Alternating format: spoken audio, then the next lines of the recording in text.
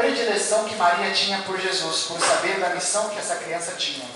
Jesus, como todas as pessoas, tinha irmãos, mas esses irmãos ficaram tão escondidos no Evangelho, e escondidos ficaram justamente porque eles não gostavam muito das intenções que Jesus tinha em sair a caminho do público, sair sozinho, divulgar essa verdade, que para eles era algo bastante ilusório, bastante difícil de ser compreendido.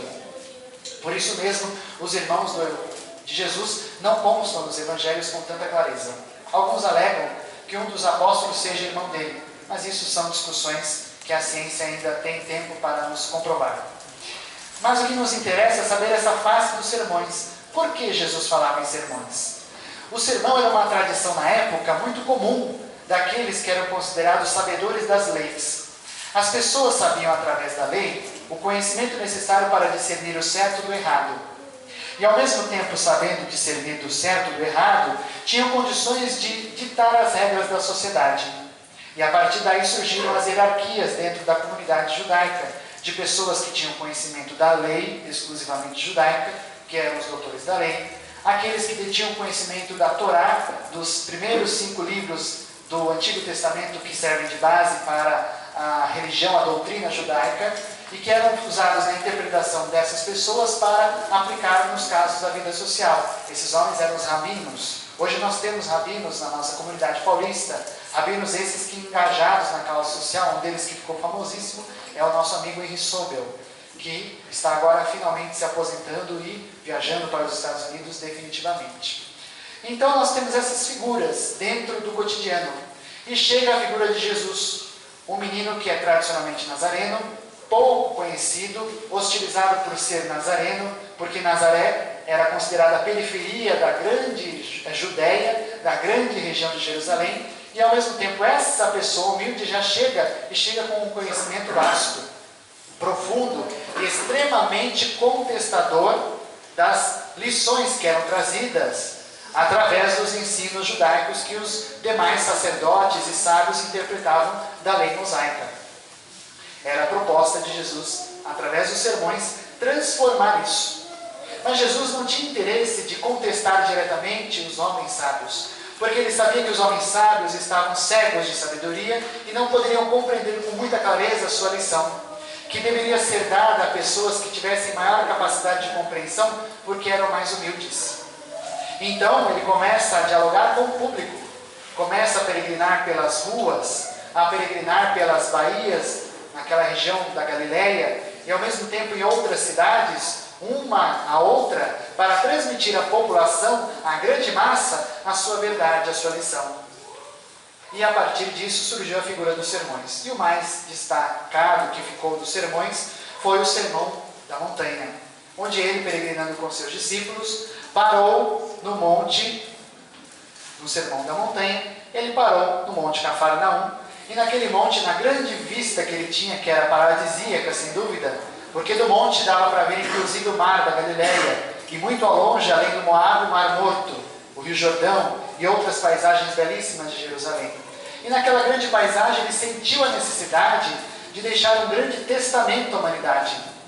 E juntando todas aquelas pessoas que o acompanhavam, tanto pessoas simples e humildes, assim como pessoas que o contestavam, que tinham a intenção de, numa oportunidade, fazê-lo cair em contradição, homens, sacerdotes, espiões a serviço do Sinédrio, que era o grande grupo sacerdotal que governava Israel, homens a seu serviço estavam à paisana, observando o que Jesus fazia e verificando alguma oportunidade para, no deslize, tentar acusá-lo de alguma coisa que aconteceria logo mais tarde, quando ele foi acusado injustamente. Portanto, essa é a proposta de Jesus. Ele para ao alto do monte e começa a falar.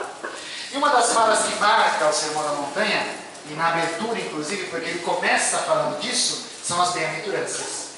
E eu proponho para nós refletirmos um pouco sobre a sabedoria delas. Por que ele nos deixou as bem-aventuranças? Por que ele deixou esse grande ensinamento? São 9. Mas por que esses bem-aventurados? Quem são esses bem-aventurados? Vamos vê-los. A primeira bem-aventurança diz assim: bem-aventurados os pobres de espírito, porque deles é o reino dos céus. Quem são os pobres de espírito? São os humildes.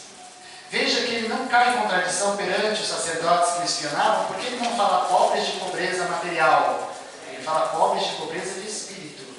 E quem era pobre de espírito? Nem os sacerdotes sabiam quem poderia ser um pobre de espírito, mas ele sabia, e os discípulos também. Os pobres de espírito eram os miseráveis da humanidade, os humildes, aqueles que eram mais simples. Portanto, ele reconhece nos humildes aqueles que eram justificados de herdar o reino dos céus. Ou seja, aqueles que eram humildes são aqueles que têm o direito de receber a oportunidade de evoluir cada vez mais. Porque com humildade se evolui a cada dia, elevando aqueles que estão ao nosso lado e elevando esses que estão ao nosso lado, nós nos elevamos também. É a primeira lição que ele deixa. A segunda bem-aventurança diz assim: bem-aventurados os que choram, porque eles serão consolados. Quem são aqueles que choram? São aqueles que sofrem. Os sofrimentos, óbvio, são frutos do acaso. Isso Allan Kardec categoricamente traz através do Espírito Verdade. Porque o sofrimento diante da eternidade da vida é apenas um acaso circunstanciado numa encarnação. Quando nós desencarnarmos e percebemos o quanto, de maneira ignorante, nós sofremos sem necessidade, nós iremos compreender essa circunstância, nos regenerar e voltar novamente, se necessário, para restabelecer aquele estado anterior. Aqueles que sofrem somos todos nós. Mas o sofrimento é privilégio de alguns? Claro que não, todos nós sofremos. Qual é a diferença? A diferença naquele que sofre pela dor, mas não aquele que sofre amando a si mesmo e ao próximo. Aquele que vê no sofrimento a oportunidade de modificar-se. A jovem Malala, que eu disse no início, ela poderia simplesmente fechar-se dentro de si mesma diante da ameaça que ela foi feita contra ela, ser baleada, e nunca mais querer contestar a ninguém, viver a sua vida comum, e assim por diante. Mas ela, diante do sofrimento, ganhou um impulso necessário para fazer chamar a atenção do mundo e dela mesma, permitindo assim que as pessoas pudessem prestar atenção na sua mensagem. Aquela menina vive num país onde crianças e mulheres, inclusive, não têm direito a estudar. Tanto que é muito curioso que, quando foi anunciado o prêmio, a comunidade internacional inteira, a mídia, a imprensa, foi na Inglaterra procurar ela. Ela vive numa cidade na Inglaterra. Foi à procura dela, mas onde ela está, cadê a menina? Precisamos entrevistá-la, falar como ela se sente. Ela não sentia nada porque ela estava estudando. Era de manhã. E ela estuda na Inglaterra no período matutino, porque ela ainda está nos estudos. Então perceba que se trata de um espírito muito especial, um espírito que não se deixa abater pelo sofrimento. E o sofrimento serve para nos ensinar. O sofrimento serve para nos fazer aprender cada vez mais. Logo depois ele prossegue dizendo: bem-aventurados os mansos, porque eles herdarão a terra. Quem são aqueles que são mansos? São aqueles que são lerdos? As pessoas costumam interpretar erroneamente as bem-aventuranças a seu favor. Cuidado, manso não é o lerdo. Lerdo é aquele que abdicou-se da agilidade e adotou a preguiça para si. Manso é aquele que tem um comportamento de anti-violência. Aquele homem que é conhecido como pacificador.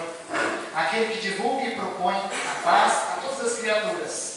Ou seja, os mansos são aqueles que são serenos para com qualquer pessoa que seja violenta ou não. E sendo manso, são espíritos que já estão preparados para um padrão muito mais elevado do que o nosso. Nós temos aí exemplos na nossa história que foi deixado. Mahatma Gandhi, Nelson Mandela, Madre Teresa de Calcutá, Chico Xavier e tantos outros. Homens que não se abateram diante da violência que os cercava e os sitiava.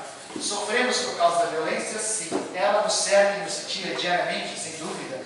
Nós, muito mais, porque vivemos numa região de periferia e que, infelizmente, os olhos da sociedade só agora estão aos poucos se abrindo e dando atenção às nossas necessidades. Mas, ao mesmo tempo, mesmo sendo cercados, devemos permanecer na mansuetude. Mas se nessa circunstância eu sofrer, lembre-se que o sofrimento é característica do nosso mundo e serve para nos ensinar. Mas se nesse sofrimento eu vier a desencarnar e morrer, ótimo, você encerrou uma etapa, outra na frente se abrirá para você. Se você aprendeu agora, perfeito. Se não, outra oportunidade virá. Nós espíritas encaramos essa circunstância da vida como uma oportunidade de aprendizado. E a partir do momento em que ela se encerra, nós estamos muito tranquilos, porque outra virá adiante. Bem-aventurados os que têm fome e sede de justiça, porque terão fartos. Quem tem fome e sede de justiça? Aqueles que sofrem qualquer diferença no nosso mundo. Aqueles que sofrem desigualdades. Malala, por exemplo, como eu disse, foi um exemplo da pessoa que saciou de sede e fome de justiça. Por quê? Ela fez justiça no seu país. Tanto que o seu país foi um dos primeiros países a adotar, recentemente adotou, uma lei determinando que as mulheres estudem nas escolas. Por causa dela, o país se curvou à causa e aceitou instituir que as mulheres viessem estudar. Olha que interessante. Então percebemos de que cada vez mais esses que têm fome e sede de justiça serão fartos, na medida em que a sociedade busca um objetivo. E que objetivo é esse? O bem comum. O que vem a ser o bem comum? Tudo aquilo que é o bom para todos. Tudo aquilo que é o melhor para todos. Porque cada um tem o melhor para si. Mas precisamos ver um pouco o outro, porque é o nosso próximo, não? Se o nosso próximo tem algo a querer, nós precisamos compartilhar desse interesse. Se nós da Casa Espírita buscássemos só o nosso próprio interesse, não havia ninguém aqui, algumas pessoas estariam lá na parede, telefonando, outras na livraria lendo, outras tomando uma água, mas todos no bem comum, nos convencionamos a nos reunir nesse horário para ouvir o palestrante da noite. Ainda que ele nos fale, nos dê sono, canseira, uma certa mansuetude que parece uma lerdeza que nos vai levando, a ansiedade de voltar para casa para assistir o José Alfredo, que é mais